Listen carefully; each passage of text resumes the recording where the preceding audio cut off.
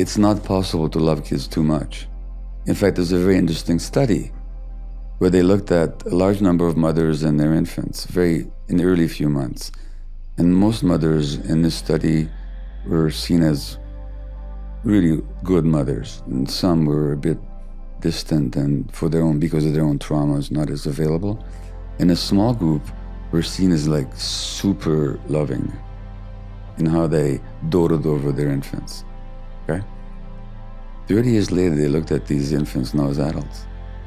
The ones that were most emotionally grounded and healthy were the ones who had received the super loving. So there's a difference between, you can't love a child too much.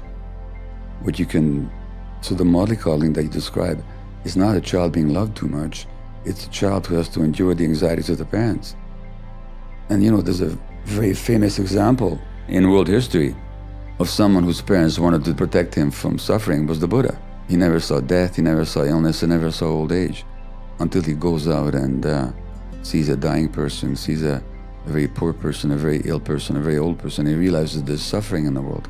So all the mollycoddling he received could not ultimately protect him from the awareness of pain and vulnerability.